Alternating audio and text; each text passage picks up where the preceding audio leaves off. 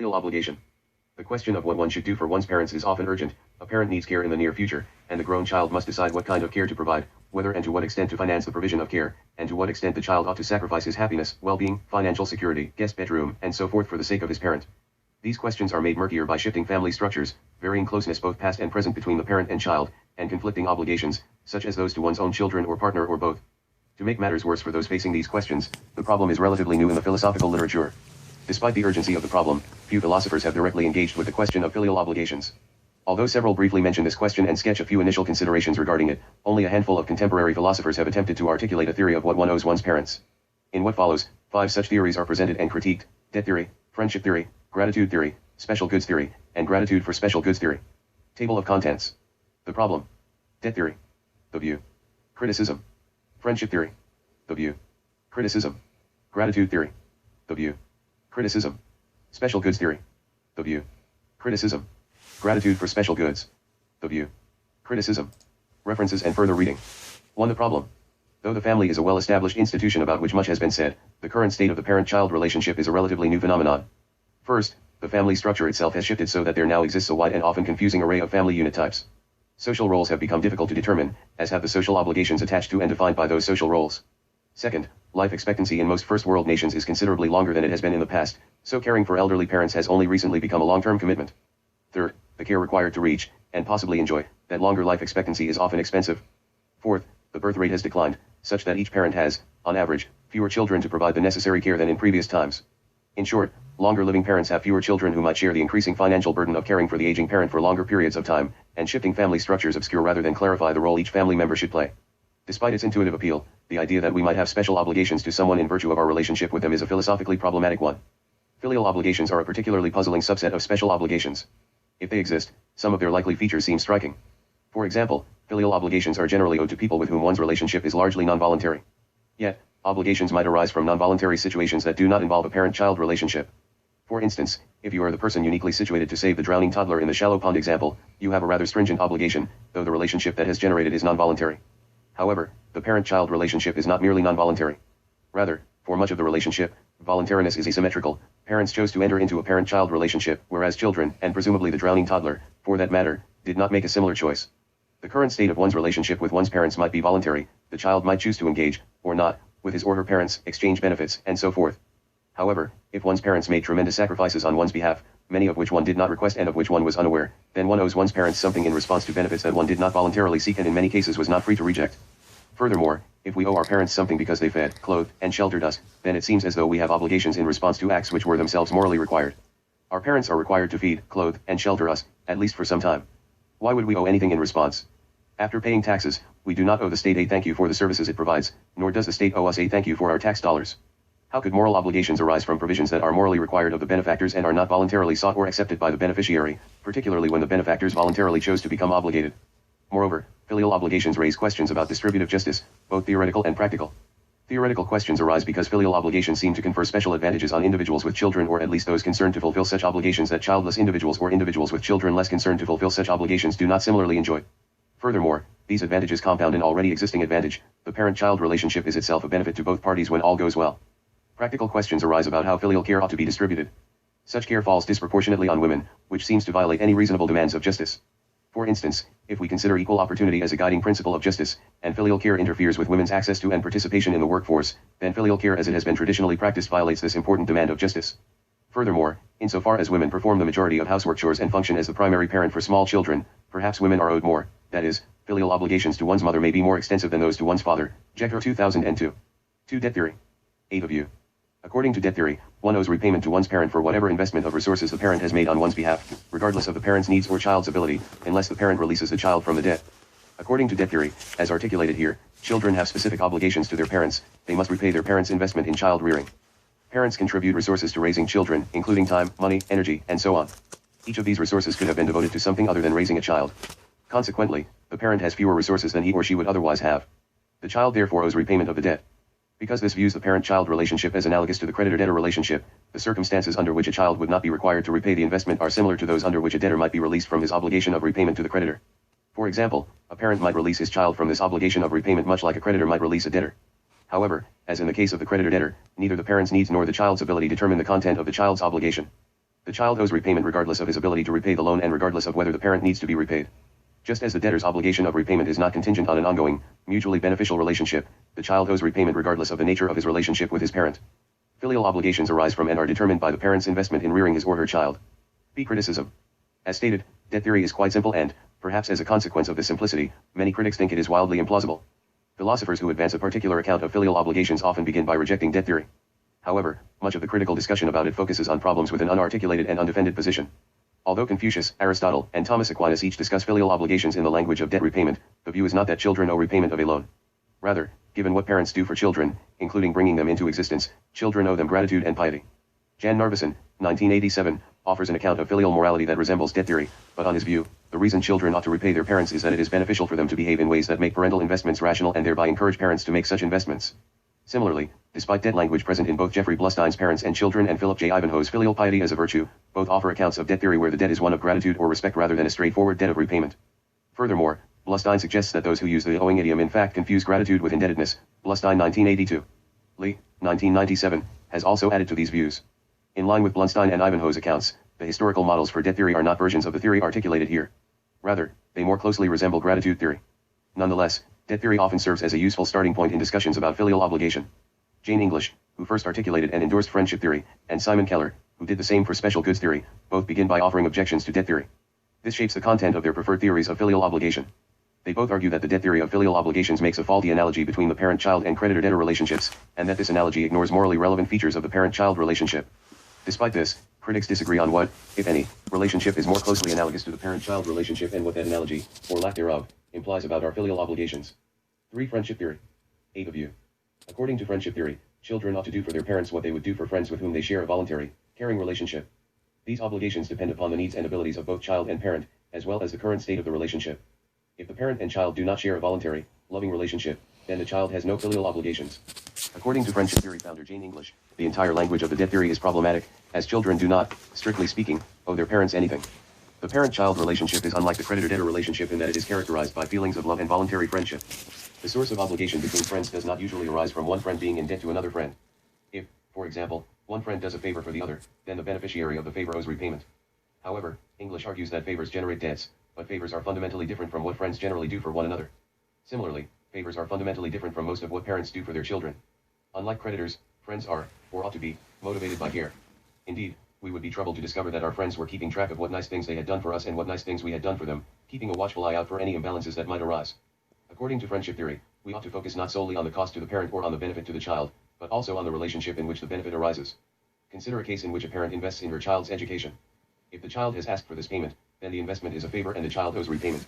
If, however, the parent simply wants a good education for her child and offers to pay, then the child does not incur a debt of repayment by accepting the parent's offer. The parent's investment is made out of care for the child, and although the child would do well to help her parent later, the child does not owe the parent anything. Furthermore, just as we would question the friend who does nice things for us with the expectation of repayment, we might question the parent who invests in her child with an eye on repayment later. Unlike the creditor-debtor relationship, in which balance sheets are expected and appropriate, friendships are relationships where balance sheets that record kind acts would indicate the relationship's failure. In this regard, the parent-child relationship is, or ought to be, more like a friendship than like a creditor-debtor relationship. Returning to the case of the parent who pays for her child's elite education, the difference between debt theory and friendship theory is clear. According to debt theory, the child owes repayment regardless of the parent's financial situation. Just as a debtor owes a creditor regardless of the creditor's financial situation, the child owes repayment for the expense of education, even if the parent's financial investment did not constitute any significant sacrifice. On debt theory, if multi-billionaire parents pay $200,000 for their child's education, that child owes repayment, despite her parents' staggering wealth. To put this in English's own terms, if these parents do a favor for their child by paying $200,000, then the child owes repayment of the favor. Whether the favor constitutes a sacrifice is irrelevant in determining whether obligations arise from the favor. Yet, the degree of sacrifice might be relevant in determining the content of those obligations. Similarly, according to debt theory, the grown child's abilities are irrelevant. If the child is unable to repay the parent, the child has simply defaulted on her obligations. According to friendship theory, however, the multi-billionaire's child ought to be kind, express concern for, and generally continue a caring relationship with her parents, but the child need not contribute to their financial resources. For example, the child ought to call or visit her parents on their birthdays, or ensure that the relationship continues in some way. However, since her parents are financially capable of providing for their own care in old age, friendship theory tells us that the multi-billionaire's children do not have an obligation to provide such care. On this view, the needs, abilities, and resources of both parties shape the content of filial obligations. According to debt theory, these obligations do not diminish or disappear if the parent-child relationship is terminated. The obligation of repayment might become stronger since the parent no longer enjoys benefits such as participating in the relationship, which she might have enjoyed if the relationship had continued. According to friendship theory, however, since the source of the obligations is not the investment but rather the relationship itself, filial obligations diminish or disappear if the relationship diminishes or disappears. To maintain that filial obligations exist without a voluntary, loving parent-child relationship is to ignore morally relevant differences between what the parent does for her child and what the creditor does for the debtor. Appropriately, the creditor acts with the expectation of repayment. The parent does not, or at least should not, act with this expectation. B. Criticism. Two types of criticism arise in response to friendship theory. First, critics argue that focusing on the current state of a relationship to determine whether filial obligations arise makes those obligations too easily avoidable, thereby licensing filial ingratitude. Second, as with debt theory, the relationship analogy fails. Just as the parent-child relationship is different from the creditor-debtor relationship in morally significant ways, it also differs from friendships in morally significant ways. The first type of objection challenges English's claim that filial obligations diminish or disappear entirely when the relationship dissolves. Consequently, critics argue, filial obligations are too easily avoidable, and cases of filial ingratitude appear unproblematic. In his criticism of friendship theory, Simon Keller, 2007, presents this objection as follows: you cannot explain your failure to look after your parents by saying, look, they're great people, and I'll always value the times when we were close, but over the years we've taken different paths. I went my way, they went theirs, it seemed like the relationship wasn't taking us where we wanted to go, things just aren't the way they were. You are stuck with your filial duties, in a way that you are not stuck with your duties of friendship. Although English embraces this conclusion, and argues that repayment after the relationship ends might indicate a lack of respect for the relationship, her critics find it a compelling reason to reject the entire model. As stated, the second objection is that the parent-child relationship is different from a friendship in morally significant ways, and thus a theory of obligations between friends cannot serve as a theory of filial obligations. According to Joseph Kupfer, 1990, not only is it unlikely that parents and children can be friends, it is undesirable. Parents and children cannot be friends because they are not equals within the relationship and they lack sufficient independence from one another to become equals. This lack is not, however, a problematic feature of the parent-child relationship. Rather, it is constitutive of a healthy parent-child relationship. Thus, rather than a friendship, the parent-child relationship is, or at least begins as, a relationship between unequal partners since parents shape who the child will become. This history of unequal autonomy effectively eliminates any possibility that equality will be restored later in the relationship, that is, inequality begets further inequality. This is accomplished in two ways. First, the child's self-concept is shaped by her history of unequal autonomy. Thus, the child's self-concept is likely to include diminished autonomy with respect to the parent-child relationship. Second, the child's history with her parent forms habits of deference and respect toward the parent. Just as the friend who has less autonomy in the context of the friendship, the grown child is less likely to make decisions, offer opinions, or resist the conclusions of the more autonomous partner in the relationship. Given this history, and the likely effect it has on the prospects for equal autonomy in the future, Kupfer concludes that parents and children cannot and should not be friends. Therefore, friendship theory is a poor model for filial obligations. 4. Gratitude theory. 8 of you. According to gratitude theory, one owes gratitude to one's parent in response to the parent's benevolence toward the child, so long as this gratitude serves to support rather than undermine relationships of mutual respect. Although this has not been defended as an independent theory of filial obligation, gratitude theorists suggest that it is the natural grounding of such obligation. Fred Berger, 1975, for instance, develops an account of gratitude, and briefly considers how it applies to the case of grown children. The sort of continual sacrifice and caring involved in a decent upbringing is not reciprocated to parents by a warm handshake at the legal age of independence. While the notion of gratitude to one's parents can easily be overdone, it is clear enough that an adequate showing of gratitude to them cannot be made with mere verbal expressions. It is very hard to say just what is appropriate, and it may be that there can be no answer in the abstract. It is clear, however, that a handshake or kiss on the cheek normally will not do. Given Berger's own account of gratitude, as well as Claudia Card's, 1988, the gratitude theory provides 5 considerations that aim to determine when obligations of gratitude arise and what such obligations entail. The 5 considerations are as follows. Gratitude is a 3-part relation. X is grateful to Y for Z. Gratitude is generally warranted in response to another's benevolence. Gratitude is not something a benefactor has a right to, even though the beneficiary may owe it. The beneficiary's debt of gratitude is a relatively informal obligation. Obligations associated with gratitude might be impossible to fulfill, though that does not imply that the obligation is itself overly demanding. Before extending this theory to filial obligations, let us look briefly at each component. First, gratitude is a 3-part relation. Genuine gratitude is directed towards someone, and it is for something. One might be very glad to enjoy certain benefits, even when no one is responsible for providing them. Genuine gratitude, then, requires someone to whom one can be grateful. Second, gratitude is in response to the motivations of another person, not only to the benefits or perceived benefits that person might provide. Berger, 1975, articulates this consideration as follows. Gratitude, then, does not consist in the requital of benefits but in a response to benevolence. It is a response to a grant of benefits, or the attempt to benefit us, which was motivated by a desire to help us. To see why one might think that obligations of gratitude arise only in response to certain motivations, consider a case in which someone undertakes some action that benefits a friend, but this person does not foresee the benefit to her friend, and might have acted differently if she had foreseen this result. The friend does not owe gratitude for accidental benefits. If the person intended not to benefit her friend, gratitude seems inappropriate. Alternatively, if someone tries to benefit her friend but fails, the friend can be grateful for the effort, even though the effort yields no actual benefits. Third, the benefactor has no right to gratitude, even if gratitude is owed. If a man is drowning and a passerby risks her life to save him, he certainly ought to be grateful to her. If he is not, she may rightfully feel that she has been mistreated, and third parties may rightfully judge him to be reprehensibly selfish. Even so, this good Samaritan has no right to his gratitude such that she or third parties could require that he experience or express it or both. Fourth, obligations of gratitude are relatively informal. Unlike debt repayment, the terms of these obligations are imprecise and flexible. In some cases, appropriate gratitude might be expressed with a thank you, whereas in others, gratitude might require greater sacrifice. Furthermore, obligations of gratitude may change over time if the relationship between the benefactor and beneficiary changes. Fifth, the obligations might be ongoing and impossible to fulfill, but this does not mean that they are overly demanding. Consider again the case of passerby risking her own safety to rescue a drowning man. A mere thank you might not serve as a sufficient expression of his gratitude. This is the sort of case where it seems appropriate for him to say, "I can't ever thank you enough." Even if this is true, it does not mean that he owes the passerby lavish gifts, constant praise, or a firstborn child. It means only that his gratitude ought to be ongoing. This is not necessarily a demanding obligation, however. Gratitude might require only that he thank her and continue to behave kindly toward her.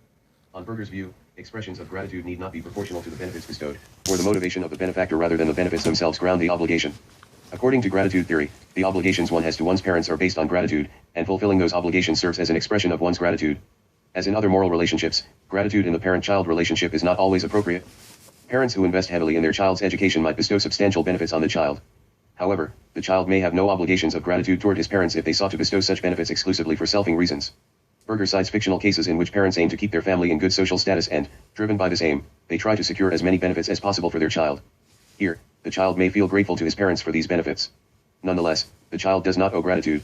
Because it is a response to benevolence, the child owes gratitude only if the parents attempt to bestow these benefits on the child for her benefit. The gratitude is in response to the parents' motivations rather than the benefits themselves. When benevolent motivation is absent, there is no obligation of gratitude. Gratitude theory does not distinguish between those benefits the child voluntarily accepts and those the child does not. Blustine, 1982, explains this feature of gratitude as follows. That we did not request those services does not itself entail that we have no duty to show gratitude for them. Indeed, since gratitude is essentially a response to benevolence, it seems that we may have a duty to show gratitude, at some point, for benefits that we did not voluntarily accept but only received, and for benefits which, at the time they were provided, were judged to be benefits by the grantor alone, and not by the recipient. Gratitude theory does, however, distinguish between the lack of voluntary acceptance and a preference to not be the recipient of another's generosity. In her discussion of gratitude theory, Card notes that gratitude may not be owed if the benefactor has disregarded the beneficiary's wishes and cautions against confusing generosity with benevolence. Generosity, Card, 1988, explains, can be accompanied by insensitivity to others' wishes with regard to becoming obligated, whereas genuine benevolence is incompatible with disregarding others' willingness to become obligated. Those who lack such regard thereby lack respect. Furthermore, children may owe gratitude even for those benefits the parent was morally obligated to provide, such as food and shelter. After all, the parents need not provide food and shelter from a motive of duty. Rather, the parents may meet the child's needs precisely because the parents have concern for the child's well-being and want to benefit the child. Appropriate expressions of gratitude are those that support rather than undermine the mutual respect necessary for moral relationships, and this constraint serves as an upper limit on the demands of such an obligation. Whatever an obligation of gratitude requires of us, it cannot require that we forfeit our autonomy. Autonomy, according to Berger, entails broad control over the shape of our own lives. Berger, 1975, offers the following justification for such a limit: to treat someone as a person in his own right entails granting him the right to work out the plan of his life as he sees fit. Mutual respect requires that both the parent and the child grant each other, and themselves, the right to work out the plans of their lives. There's the key. Any infringement on or expectation that one will forfeit that right undermines respect within the relationship. In such a case, the parties neither see each other nor themselves as persons in their own right but rather as means to another's ends. Because Berger considers mutual respect a necessary condition for moral relationships between persons, neither the expectation nor the expression of gratitude should undermine that respect, as doing so would harm the relationship. Gratitude theory is distinct from friendship theory in important ways, though many of the demands might overlap. As the filial ingratitude objection suggests, obligations of gratitude can extend beyond friendship, for even after a friendship dissolves, obligations of gratitude for past benevolence may persist. The basis for obligations of friendship is the friendship itself, whereas the basis for obligations of gratitude is benevolence. Although parents may behave benevolently toward their children because of a relationship that resembles a friendship, the friendship itself does not ground obligations of gratitude. Returning to the example of those benefits the parent is required to provide, such as food and shelter, the difference between the two theories becomes clear. At the time that parents are morally obligated to provide such things, for instance, when the child is very young, a friendship might be forming such that in later years the two will have a relationship analogous to a friendship. At the moment, however, the child might be too young for the parent-child relationship to be comparable to even a non-ideal friendship. Although a friendship might form later, where obligations of friendship would then arise, the grounds for an obligation of gratitude might already be present. Whether or not a friendship later emerges between the two, the obligation of gratitude remains.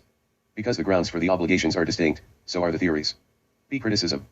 Simon Keller and Bryn Welch each offer criticisms of gratitude theory. Consider the following example: two friends help a mutual friend move into a new house, but one finds moving enjoyable while the other finds it onerous.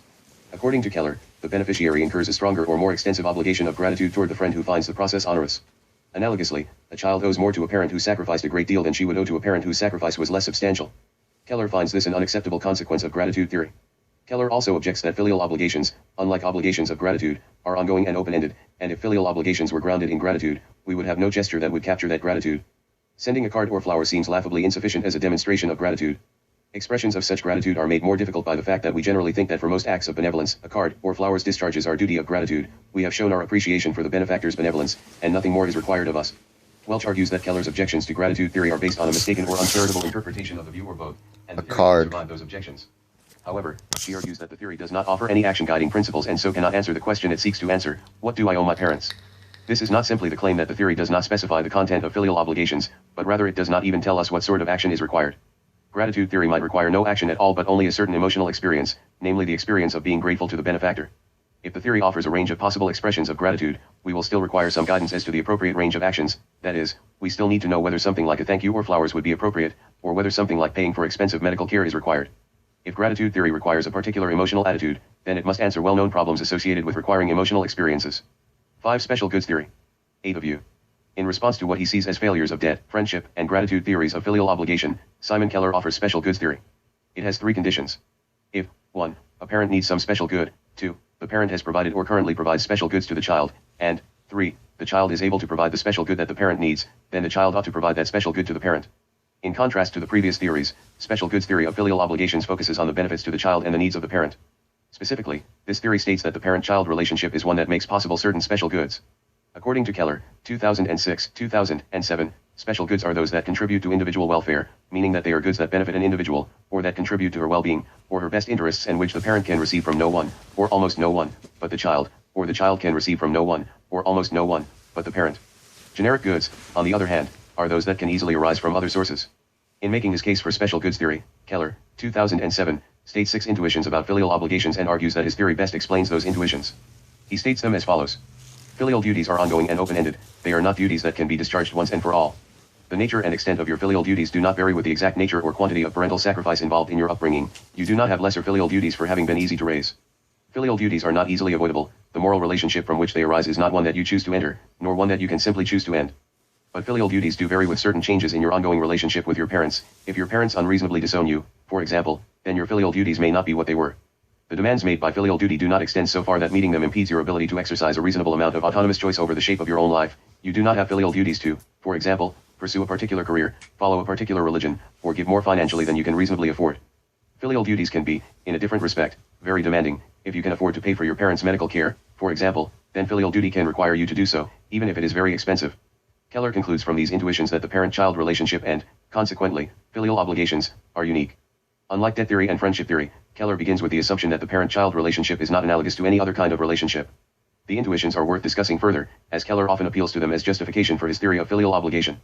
First, special goods theory can explain why filial obligations cannot be fulfilled once and for all.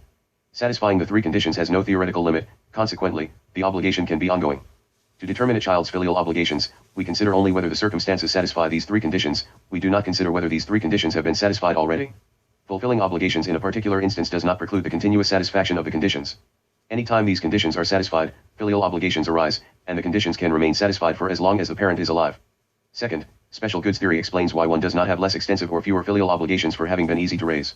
The extent of one's obligations depends entirely on the 3 conditions being satisfied, not on the extent to which the 3rd condition that the child is able to provide the special good that the parent needs is satisfied. Provided that a parent requires some special good and has in the past provided special goods to his or her children, and that the children enjoy reciprocal relationships with their parent, then any differences between what the children owe will result from differences in their abilities to provide for the parent. Third, special goods theory explains why we cannot easily escape filial obligations. Whether the conditions for filial obligations are satisfied is, to a large extent, out of our control. We cannot alter our parents' needs, nor can we undo that they have previously provided us with special goods.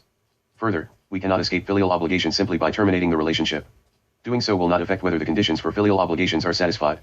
Fourth, the nature of one's relationship with one's parents can shape the content of one's filial obligations. Consider a case in which a mother has terminated her relationship with her child.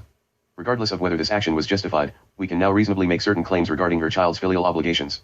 For example, if the mother does not wish to speak to her child, then her child is no longer positioned to provide the good in question, that is, staying in touch with her mother.